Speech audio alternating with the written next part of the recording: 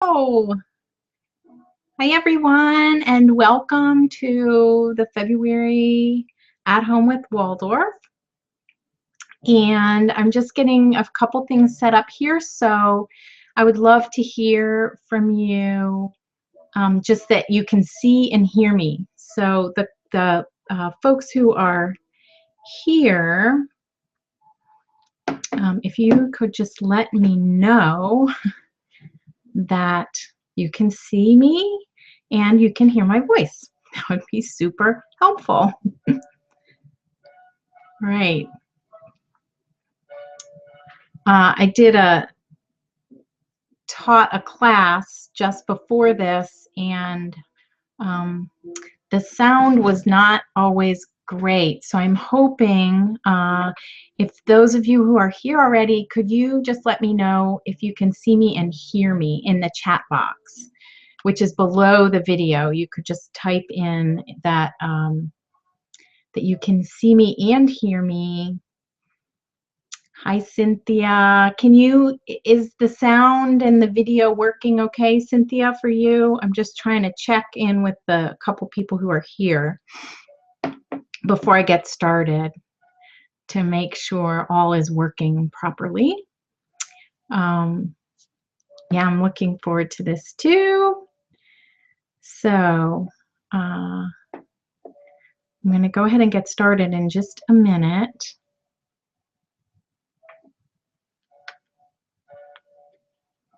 Let me just check in. Can you see and hear me? This is like the sound check, right? Before we begin, just to make sure all is working properly.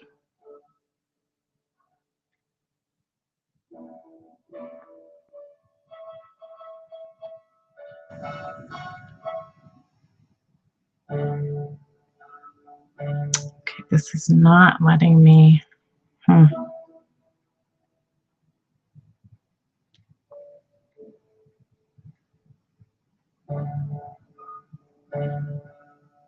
right, let's see. Okay, can you all see and hear me is my question. Could you let me know in the chat if you can see me and hear me, please? That would be super helpful. And then I will go ahead and get started. Looking forward to this. So the topic this month is movement and games for homeschooling. And I have a lot of wonderful things to share. I am super excited. Yes, good. Everybody can see me and hear me. So I will go ahead and jump right in. Welcome to February's At Home with Waldorf, and we'll be looking at all kinds of ideas for movement and games and ways to incorporate more of that into our homeschool days. So I'm Jean, and welcome. I'm so glad you all are here, and I want to just start by saying happy halfway point. So today is February 2nd, and it is the halfway point between here in the northern hemisphere between winter solstice and the spring equinox. So we're exactly halfway. And it's always a really special time to pause, to take a deep breath and pause and think about how things have gone for the past 6 weeks and what we're looking forward to in the next 6 weeks. It's a really rich time of creativity and dedication and also inspiration. So I just really encourage you, some people call this, I encourage you to celebrate today in some way. So to some people it's Groundhog's Day, and there's that little groundhog in America who predicts whether we're going to have more winter or not. To some people it's Candlemas Day, and this was a time in the ancient early church where all the candles were made for the year and blessed. So whether you've celebrated in any way yet so far, I just would encourage you maybe at your next meal to light a candle and just take a moment to think about all the things that you're grateful for that have happened since solstice, and some things that you're looking forward to. And you could even ask each person around the table to share something that they would like to acknowledge at this really special time. Okay, so our topic today is movement and games for homeschooling, and I just want to say yes, hello to all the people who are joining in. I'm so glad to see you. And as you know, here are just a couple housekeeping things. There is a chat box below the video. If you've been here before, you are familiar with that. And that chat box, if you want to move it up beside the video, if you're watching on the page on my website, you can click in the upper right hand corner. There's a little icon that looks like a chat box. It looks like a comment box. And if you click on that, it pops the box up beside the screen, and you can drag it over to the right side where there's some space, and you can watch. Then you can watch the video and read the chat at the same time. So I encourage you to do that so that you are all set. I have a lot to share today, and for those who don't know me, I'm Jean Miller, and I'm the founder of Waldorf-Inspired-Learning.com. I have 3 children I have 2 boys in their 20s and a daughter who just got her driver's license. And we've been homeschooling since the 1990s, so for a long time. And we've incorporated a lot of movement into our homeschool days, starting from the time when my boys were really little and they loved just playing outside and wrestling and romping around. And so I would do everything I could to try to weave that in to our homeschooling time too.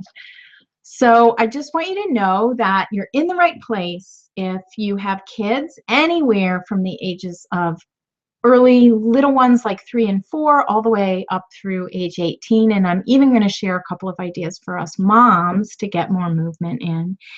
And also you're in the right place if you feel like you hear often your children saying things like, this is boring, you know, or if you feel like they're sitting too long, if you feel like there's too much seat work in your homeschooling, then this will be really helpful to you today.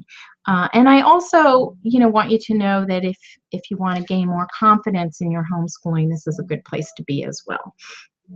So here's what we're going to do. I like to share first, I want to have a little meet and greet. So I welcome you. If you haven't already said hello in the chat, you could do that and say where you're from. That's also how you will be entered into the giveaway, which will happen a little bit later. And today I have this wonderful book to give away that's called Games Children Play.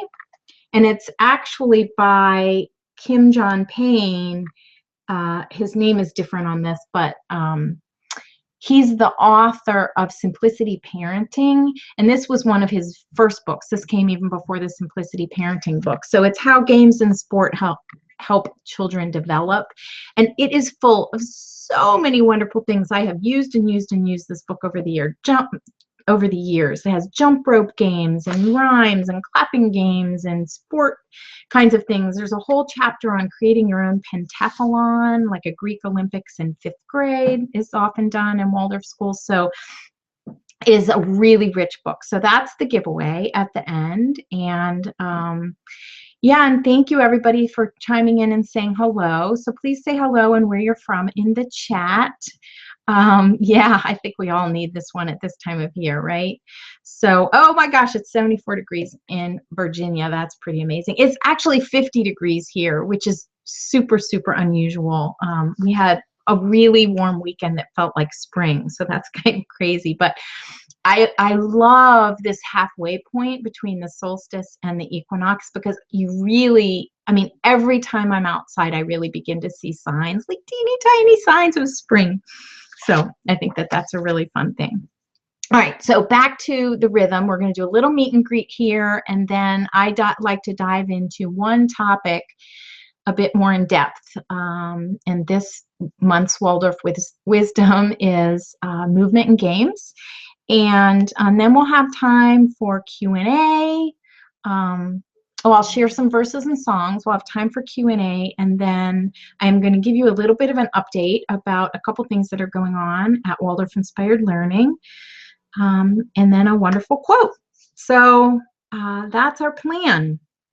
I'm so glad you all are here, and again, you can mention your name and where you're from in the chat if you want.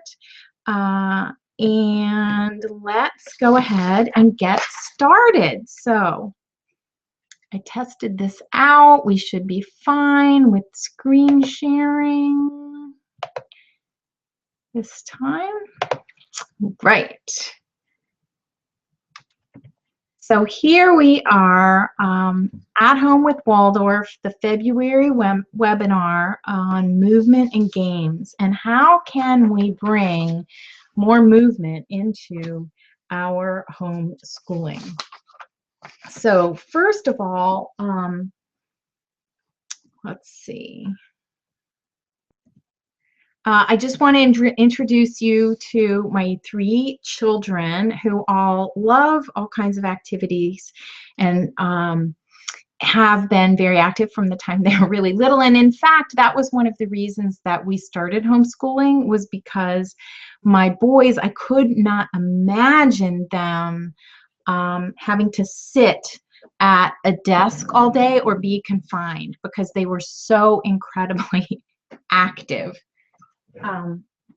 So, sorry, just one sec. So these pictures are of my 3 children. The one on the left is my oldest, who's really into mountain biking.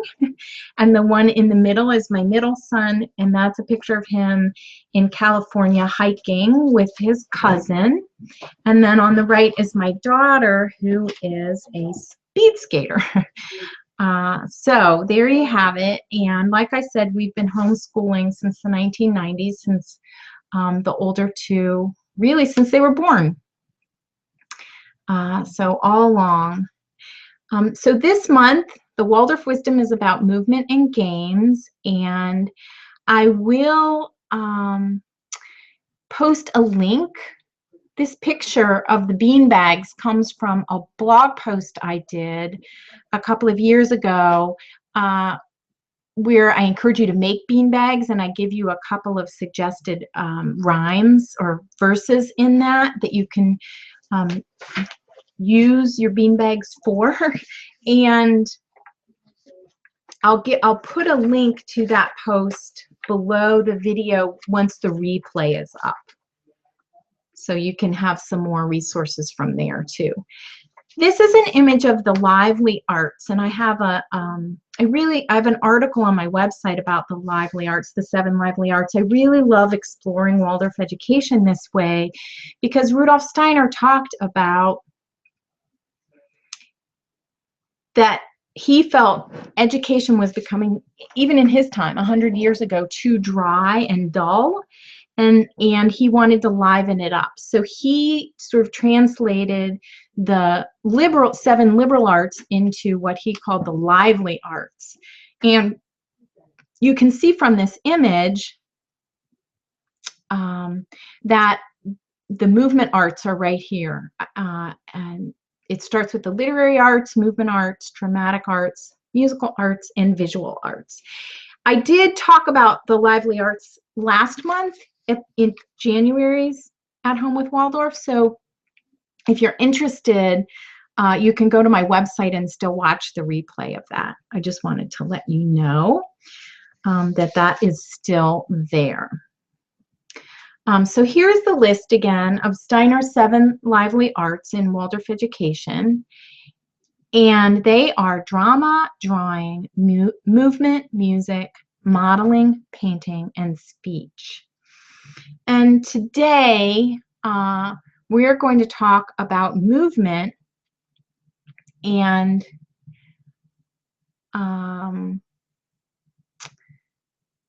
let's see. Tess, tell me if you can see and hear now, because if you can't, the best solution is to refresh your screen, because you should be seeing and hearing me at this point. Okay. All right. So these are the 7 lively arts, and we're going to focus on movement today. I did want to start, though, by grounding us in the construct that Steiner talks about a lot, thinking, feeling, and willing. So Rudolf Steiner said that we want to bring about the working together of these 3, of thinking, feeling, and willing. And each of them really corresponds to a stage of development that Steiner talks about. So the willing is the way children learn between the ages of 0 and 7. And they learn rhythmically, really through rhythmic activity in a very natural way. So games and movement come really naturally to them. And I'll talk about each of these stages individually in terms of movement and games too, but I wanted to give you this overview first. So feeling really applies most. I mean, of course, all 3 of these apply to all stages, but feeling is the way children learn between the ages of 7 and 14. And so it's the arts that can really touch their feeling life closely.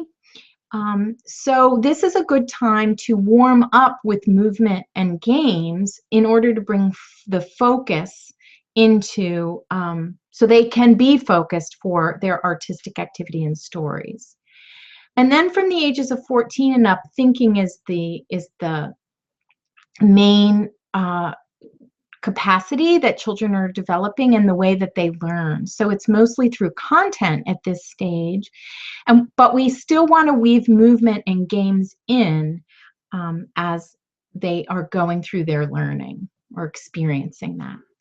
So just a couple things about the movement arts.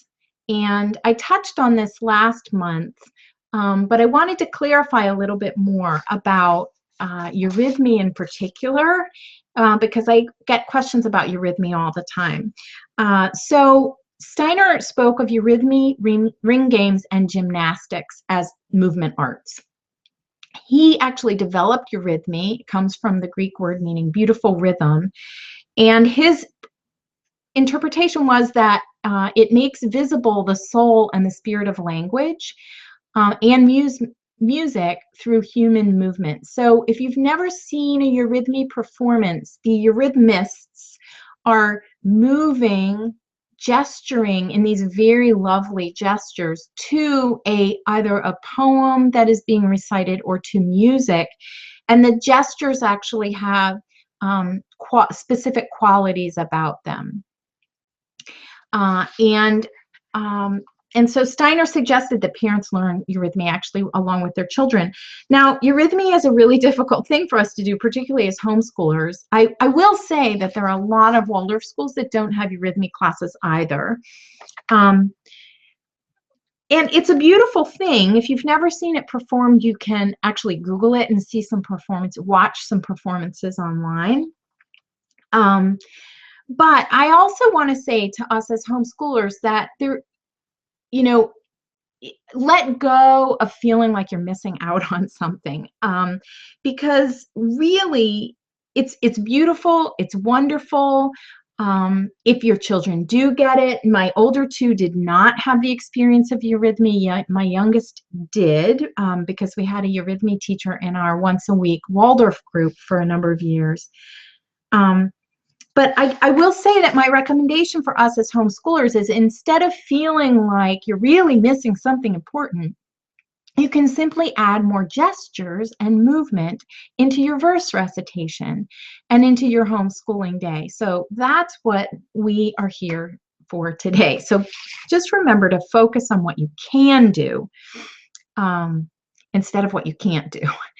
So just two other things. I'm going to talk a little bit about circle time, but this is really an American invention. Steiner never used that term. He did talk about ring games with children, and mostly he wanted us to know that movement really helps develop a number of capacities, and here are just a few. It helps develop confidence, concentration, balance, control and coordination, a sense of rhythm, direction, and form. And movement and balance are actually two of the 12 senses that Steiner talks about. He says that there are actually 12 different senses instead of the usual 5 or so, and that balance and movement are two of those senses. If I remember, I'll write that down. I'll also put a link to that. I have a blog post about his lecture on the 12 senses. All right. Oh, good. Hi, Ashley. So glad you all are here. Whoops, sorry. It's not what I meant to do. Okay. Next, here are just a few ideas of ways that you can bring more movement arts, movement and games into your homeschool. And I am going to talk about each of the stages individually, but here are just a few ideas. You can add gestures to a poem. You can step to the rhythm of a verse, do circle games, learn a poem one line at a time, often with beanbags is a super fun way to do it. You can toss beanbags to learn counting or multiplication tables, clapping rhymes, using an opening verse at the beginning of your lessons. There's so many different ways, and we are going to delve into some really specific ways for each of the stages. So here is the stage 0 to 7, and I think one of the most important things to know about this stage is that there is a lot of learning that is going on, even though it doesn't look like it, because we're not engaging in direct instruction. Children are learning all kinds of literacy skills and spatial relationships, and those are both key to later learning. They're key to reading and writing, they're key to math, they're key to all kinds of higher level thinking. So don't be fooled into thinking that the activities for young children are just all quote unquote fun and games, meaning they aren't that important, because they really, really are. This is when you lay the foundation for the higher level thinking. The other wonderful thing is that movement comes naturally to children this age, right? They are living in their will, and they can't help but engage in consciously willed movement. They are constantly moving. Sometimes we wish that they would be still for a little bit. Certain children that applies to. But this is the learning at this age. So the songs, the verses, the finger rhymes, and the stories, those are the learning for this age. So it's really a matter of balancing the free play time that children also need, unstructured free play, with a little bit of structure that gives them some of these more specific, particularly literacy skills, but also movement that encourage or that are building up their spatial relationships. So if we do a little bit of this each day, and it doesn't even have to be 5 days a week, but if you do some songs and verses and finger plays and stories a little bit every day for this age group, then you're going to over time build up a really strong foundation for the learning that comes next. All right. All right, Elizabeth. Hi, Elizabeth. Elizabeth is my buddy who's here from France. I'm so excited. And she says, yeah, I try not to fret too much about doing Eurhythmy with my kids. I think that is really great, listening to the Eurythmics. Okay, let's count that. Okay, so, and Rebecca, hi Rebecca, oh my gosh, it's great to see you all here. Okay, so movement for children in that middle stage then, for children age ages around 7 to 14. So this is probably what we are most familiar with in terms of the Waldorf curriculum. But I want to give you a few angles for looking at this, because it doesn't always have to look like exactly what you see in a Waldorf classroom.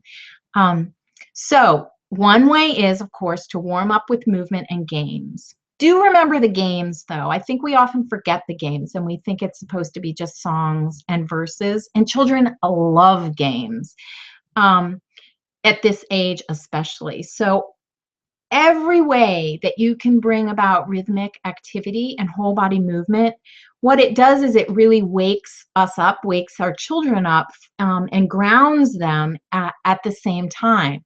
So this is what we need to prepare for the lessons, to prepare for the story and the artistic activity that are to come, which is where we're imparting the learning. So we can be doing beanbag tossing, clapping rhythms, singing with gestures and verse recitation during this time, and also all kinds of games.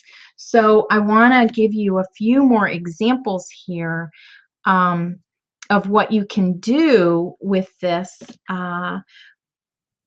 So singing with gestures, young children, even before age 7, love adding gestures to verses and songs. And I think this is a fantastic way to minimize the self-consciousness that oftentimes homeschoolers feel.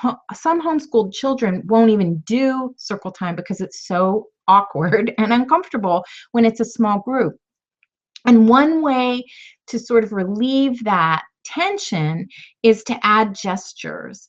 And young kids do it naturally. I mean, you start singing a song and they might just start doing movements to the song that are their interpretation, right, of the apple tree growing, or the digging in the dirt, or the bird flying, or whatever it is. So I encourage you to continue doing this even with children who are 7 to 14, especially at home, because it reduces that strange awkwardness.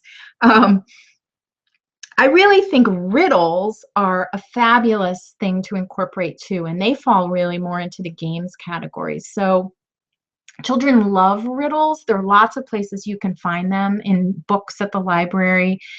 I don't know about online, but I've looked and found lots of sort of old-fashioned books at the library that have all kinds of really simple riddles in them, and children love. So what I've always done is read it one day, and then read the clues one day, and give the children a couple days to think about what the answer is to the riddle, and then all come back together and share your guesses, and then share, what the answer is. So you can do this during school time, or whatever you call lesson time, but you can also do this, at the dinner table if you want to include the whole family and include Papa if he's there in the guessing game too. So and then simple non-competitive games at this age.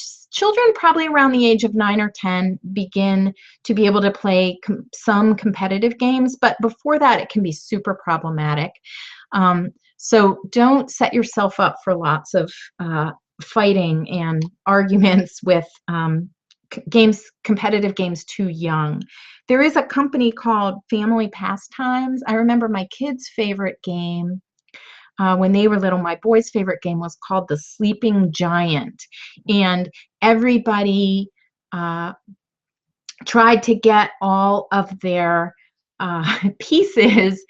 The giant had stolen the treasure, and you tried to get all of the pieces back before the giant woke up. And it was just really, really fun. And we had a number of games from this company called Family Pastimes, and my kids just loved those games. And then for kids around grades 5 and up, putting on a puppet show for younger ones is a really wonderful thing too, and brings in all kinds of movement. So it's also artistic skill in, like, you could take a script, turn it into a story, create a puppet theater, and then put the puppet show on, and maybe the story is told in verse or something like that. So that's another way that you can incorporate a lot of these movement, verse recitation and movement into your homeschooling day. I think for around middle school, and I'm going to mention this again when I talk about age 14 and up, it's really helpful to put kids in a role, like do some role playing. So there's a wonderful book that I can't remember the title of right now that's called Voices from Egypt, maybe, and it's different characters. There are short verses about different individuals in Egyptian society and their roles that they play.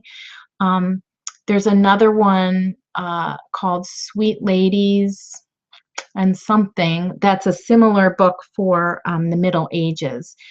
And another thing that I like to do in those middle school years, sort of 5th, 6th, and up, is to have children, give them a challenge of doing a little bit of research about somebody from history, and then they become that character. Role playing is another form, of movement where you're kind of translating what you know about something into moving your body in a way that represents that. So don't overlook that. I do just want to share, those who know me and have heard me speak before know how dedicated I am to bean bags. I love bean bags, and I think they are such a fabulous way, and especially at homeschool, in a homeschool setting, to bring more movement into our lives. And I just have a quote that I want to read you from one of my one-on-one clients. I was working with her. She was really struggling with her daughter. Was struggling with math and memorizing really the times tables, or really actually counting pre-times tables. So here's what she says. She says, I just wanted to write and express my gratitude for all of your help in planning this year. I especially wanted to tell you about the experience I just had with bean bags you suggested for my daughter.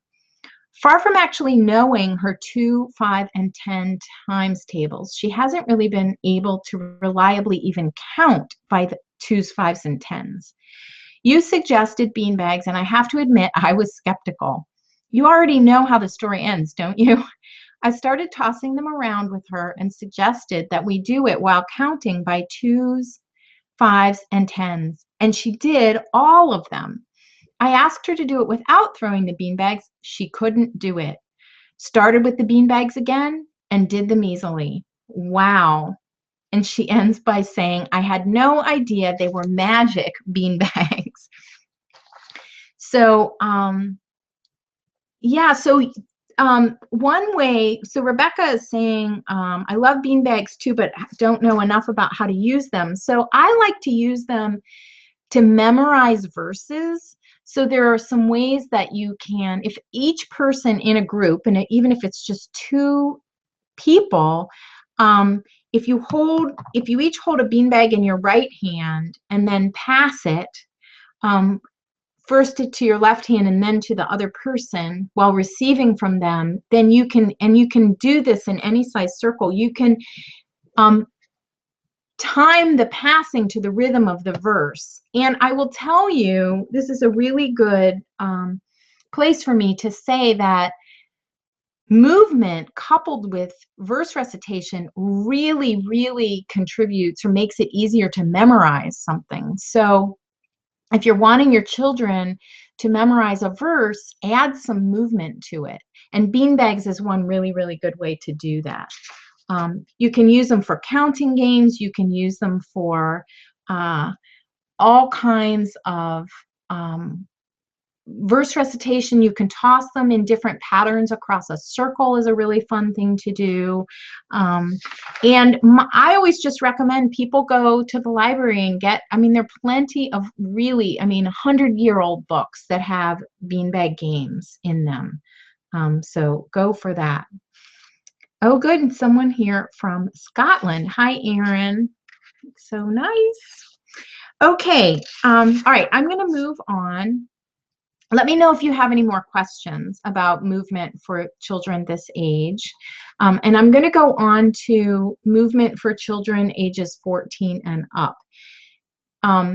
we often forget about movement at this age. So we begin to think like, it's now time to sit down and do our work. Um, so I just want to point out that during this stage of ages 14 and up, the movement can be woven into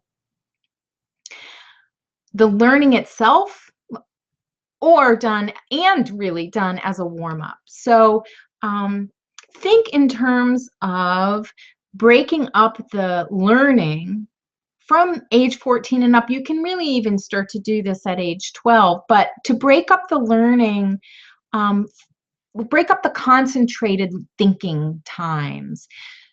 There's actually, I don't know how many of you, type in the chat box if you've ever heard of the Pomodoro method. Or technique, the Pomodoro technique. It was developed by a guy who was in graduate school in Italy, and he really wanted a way to be able to focus more on his studies. He was finding himself distracted all the time, just like in our world today, right? And he wanted a way to be able to focus more, so he developed the Pomodoro technique, where you set a timer for a certain amount of time and really concentrate on your studies, and then take a 5-minute break. So for example, you could set a timer for 25 minutes and study, and then take a 5-minute break. And I use this all the time actually in my own work, because I figure, I can concentrate for 25 minutes, and then I know that I'll be able to get up and walk around the house. Or other examples are to do a little bit of yoga, or take some kind of movement break. In our house, we have a mini trampoline and a yoga ball, and those are also really great ways to take a break during the concentrated learning time. So movement breaks every 30 or 60 minutes or somewhere in there are fabulous for this age.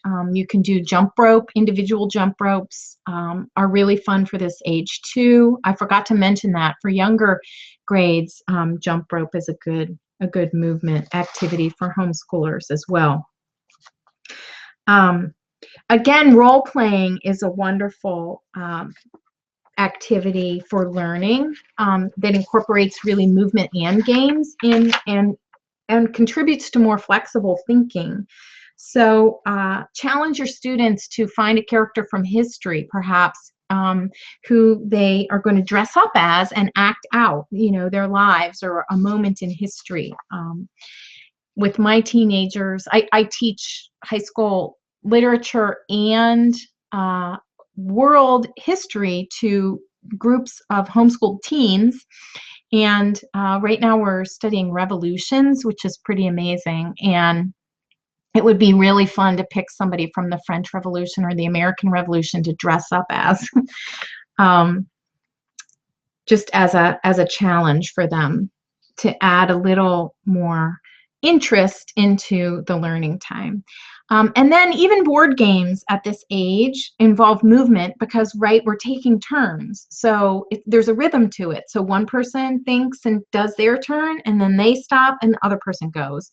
And I will show you when I come back on live for Q&A, I will show you one of our new favorite games is called Timeline. This is for my high schoolers. And it's actually timeline cards where you simply put the events in order. So on one side of the card there's no date, and on the other side of the card there's a date. And it sounds so incredibly almost oversimplistic, and I didn't know if my students would like it or not. And I did it last week. We played it for the first time with a small group of high schoolers, and they loved it. We were laughing. We were, because to guess, was the guillotine invented before or after the, this, and it was super fun. So I highly encourage you to incorporate games into your learning time. And then the last thing I want to say is that at this age, yeah, that's a good question. Am I saying board games and games to be the same thing? No, I'm using it in this list. It could be really, I'm using it in many different ways. So sorry if that's confusing. Games can include role-playing games. Games can include there's circle games that you can do with younger kids that they're guessing games like riddles. And then there are also board games. So there are really all kinds of games that you can incorporate into learning. And yeah, so I'll do a blog post about that, about games. I think that would be such a fun thing to do, because I enlist some of the favorite games we've used over the years. So the last thing I want to say about this age is to consider presentations as a movement activity, really. So again, it's kind of like the dress-up thing, but this isn't the dress-up thing. Some kids like role-playing a character, some don't at all. But I do think it's important for kids to begin to develop presentation skills where they have to get up in front of a group, even if it's a really small group, start small, and give a short presentation. So in the grades, that could be, below age 14, that could be reciting a verse from memory. At this age, in the high school years, it could be really giving a short presentation on something where, they don't have to memorize the whole thing like a speech, but they have, they have notes that they can refer to, but they're also making eye contact with the audience. And sometimes visuals to go along with this really helps, but it's a skill that kids need to practice for over a number of years. One of the ways we've done that is, for a while we had a potluck presentation night. And these potluck presentations were developed just to give kids homeschooled kids an opportunity to give a short presentation. And it was for all ages. So, a first grader might get up and recite a 4-line poem, and a 13-year-old might get up and give a short presentation on the state of Iowa, make of that because the caucus, or some such thing, like a report on something, a presentation on something that they've researched. So potluck presentations are a super fun way to do that. All right, so we're going to move on. I just want to point out give a little bit of a recap so that you are clear that movement arts can be incorporated in so many different ways. And the two main ones are during circle time or warm-up, before lessons, and weaving them in throughout the day or throughout the lessons themselves. So warm-up time, we've already talked about some of the different activities, and that rhythmic activity involves the whole body and allows the children helps the children to wake up to the work ahead. In a homeschool setting, keep it short. I really encourage people to keep it short. 30 minutes is long to me. I think that's probably too long. It could be even 10 minutes if you want. And gauge it by what's most effective, what you notice in your children. And I often suggest that if your children seem bored or seem like they're sort of dull and not enjoying this, try mixing it up by incorporating more games and movement of all sorts into your learning. Circle time, if circle time doesn't work or your kids are older, then get really creative and weave it in, throughout the day instead of doing it at one set time on its own. This is a simple structure that I often give to follow if you are wanting to do circle time. And you can see from this, there are 7 components to it. This would not take all that long to do.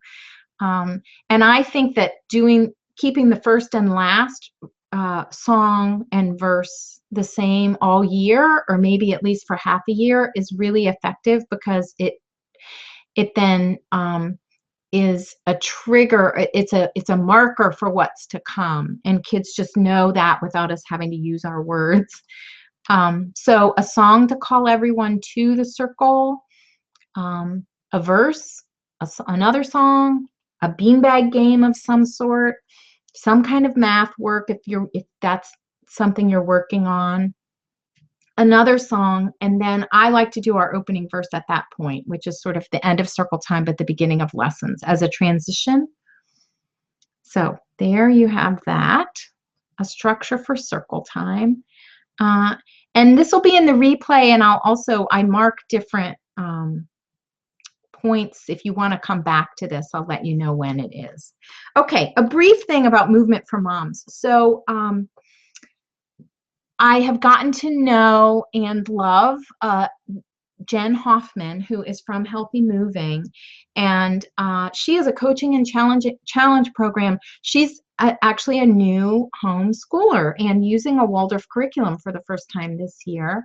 And her program was really instrumental in my coming back from an autoimmune flare a couple of years ago. And her focus is on alignment as well as health through yoga and movement. And she is very committed to people of all ages and stages being able to increase the movement throughout their day and weave it in all day long. So her program, I'm mentioning this because a new challenge group is starting next week. And I think she does this about 4 times a year. And if you sign up for it, you get a weekly webinar and then daily challenges and then a supportive community as well. So this is something, if you're interested and you want, I'm actually an affiliate of Healthy Moving, and so if you go to my website in the right sidebar, if you're interested and you want to click on that, you can support me at the same time. So Healthy Moving, Jen Hoffman at Healthy Moving. Highly encourage it for moms. And the great thing about it is it doesn't take a lot of time. So it's not like I have to set aside a whole hour to go exercise. It's really about, like I said, about weaving more movement into the day. All right, so here's the recap. Why the lively arts? Why do we want movement is one of these. They help enliven our teaching. They bring joy and help make the learning more memorable. And lastly, I just want to mention that motion, the word motion, is really connected to the word emotion. So movement can help us move through feelings and not get stuck in them. So if you feel like things are stuck, things are a little stale, whatever, bring more movement in, by all means. And tomorrow happens to be the Global School Play Day. This is for schools, actually. It's raising awareness about the necessity of unstructured play. So this is a movement that I totally support because Peter Gray, a professor, is trying to encourage, this is the second annual of these days, trying to encourage schools to allow children at school to have an unstructured day of play. And we can do that in our homeschools too, and we do. Okay, I'm going to share some songs and verses, and then we're going to have some time for Q&A. All right, so here is this wonderful verse for Candlemas that I absolutely love. And you could do the first verse with younger kids, and you could do both verses with older ones if you wanted. And there will be a link below the replay of a document with the words in it.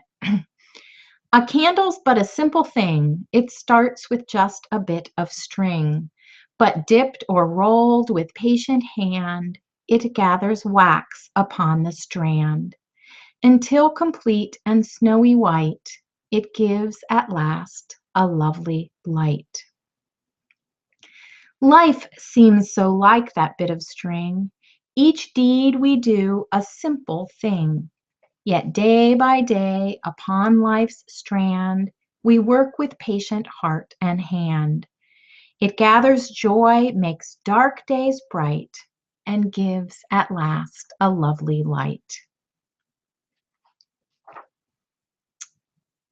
Sweet poem for Candlemas. I have a couple other poems on here that I'm going to mention. One is a really good way if you're having people, this comes up when you're playing games, right? Who gets to go first? So this is a really fun rhyme that you can do for who gets to go first. You can also use it as jump rope rhyme. I think that's what it was originally, but I like to use it in groups where you know, people are sitting in a circle and you tap each person's head on one of these words, and it goes like this. Apples, peaches, pears, and plums, tell me when your birthday comes. And then whoever you've landed on calls out the month, so maybe it's March, and then you go M-A-R-C-H. And whoever you land on, it's their turn. So that's a fun way for taking turns with games. Here is A Sailor Went to CCC, and you might already know this song from childhood. I certainly do, but it's really good. You could do it as a clapping game. You can do it with rhythm sticks. You can do it with bean bags, or you could make up movements. I'm sure you could make up movements to it. And it goes like this. A sailor went to CCC to see what he could see, but all that he could see was the bottom of the deep blue sea. All right. And I have two more. I think I'm going to skip Merrily, Merrily. But the next one I want to do is called Wish for the Fields. This is a wonderful poem for this time of year. Night is dark and cold and long. Winter's hold is still so strong. But beneath the frozen dust, life is growing, moving, striving. Buds are swelling on the trees. In the hives still sleep the bees, but moving, humming, strumming, sing, soon we all will welcome spring. And then this last verse, the stork walk, this is fun. You can do this with a beanbag on your head. Actually, that adds to the challenge. So you'll have to picture in your mind, you're gonna bend your leg up and then straighten it and then set it down. There are kind of 3 steps to it. So you're walking very slowly as you recite this verse. I lift my leg, I stretch my leg, I place it firm and light. I lift again, I stretch again, my pace exactly right. With care I go, so grand and slow, I walk just like a stork. My eye is bright, my head upright, and pride is in my walk. So the stork walk. All right. So I'm going to open it up for Q&A at this point. And if you have not, let me see, I'm going to come back on screen. If you have not typed in the chat, oh, I see what I did. If you've not typed in the chat yet, here I am. I couldn't find me. If you haven't typed in the chat box yet, your name and where you're from so that you can enter the giveaway, please do that now because we will be doing the giveaway shortly. So I would love to hear from you if you have any additional questions. I did see a couple up here that I didn't get to. Let me find the one. Oh, can I name a few beanbag books? So my favorite one is the one that I'm doing as a giveaway today, which is this Games Children Play. And they have a number of beanbag games and rhymes that you can do in here. And games and rhymes where you can you see this picture here? Here they are with they're tossing the beanbags with their feet, which is always a challenging thing to do. And then there are also lots of rhymes in here that you can use to be passing the beanbags back and forth. Trying to find a picture, but I'm not finding it quickly. But I will also try, here's one. So here is a picture of passing it to yourself, like over your head, behind your back, dropping it down from high to low. Again, picking it up with your feet. There's that. And then this is you can be just flip-flopping it, passing it back and forth to yourself.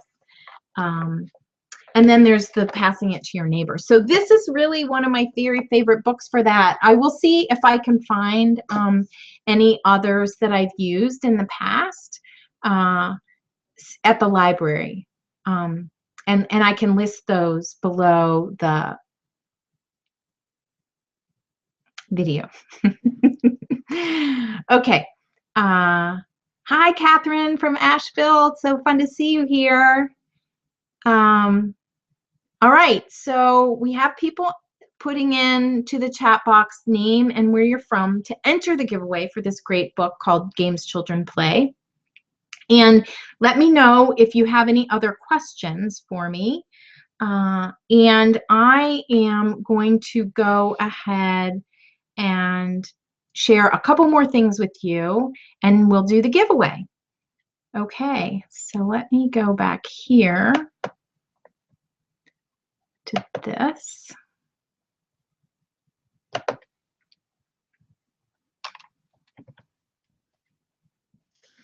So I do want to mention to you my Inspired Learning online workshop that's coming up next week. It starts on Monday, actually, the 8th of February.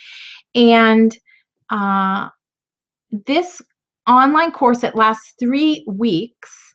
And I just want to tell you a little bit about it because I'm really excited and it might be something that you're interested in. So it's an instructor-led course. So I'm guiding the course.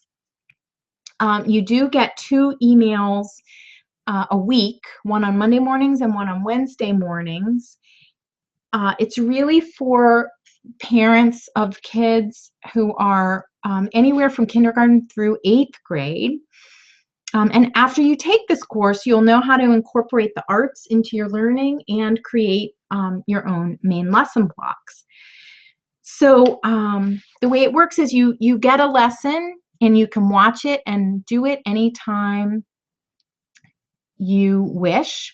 You receive the email with a link, and then the lesson includes a video and a print lesson, as well as a handout to help you take action on the learning. And this time around, I'm adding the component of inviting people to send their filled out handout to me so that I can give you feedback on that. And we also have a wonderful circle of, a group communication that goes on in a private area of the website where you can talk with other people who are also taking the course, and 2 live hangouts with me that are also recorded. So, hi, Carrie. Oh, I'm so glad you're here.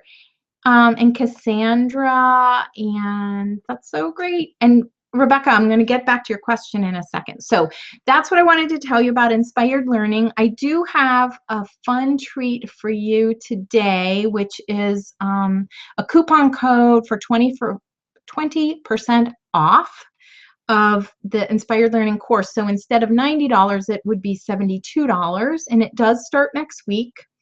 Here's the link. You can also just go to waldorfinspiredlearning.com/workshops, and it'll come up. You'll see the drop-down menu for it. So I encourage you to take a look at that if that's something you think would be helpful. I do need to say that my coupon codes have been really funky on my website. I'm having to switch my whole shopping cart over, but it's not going to happen this week. So I just want to tell you that if you have trouble with this coupon code, which is the Lively Arts, all one word, lowercase, if you have trouble but want the discount, please do email me. It's Jean at Waldorf-Inspired-Learning.com. Okay, next month we're doing Waldorf homeschooling with multiple ages, something I get a question about a lot.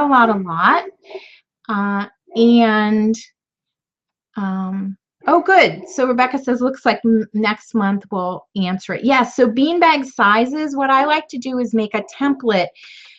You could make either 4x4 square, 5x4, or 5x5 square, or a circle of a similar size for a beanbag. Some people make them smaller than that, so it's kind of a personal preference thing, but I'm going to show you a picture of one. Hang on.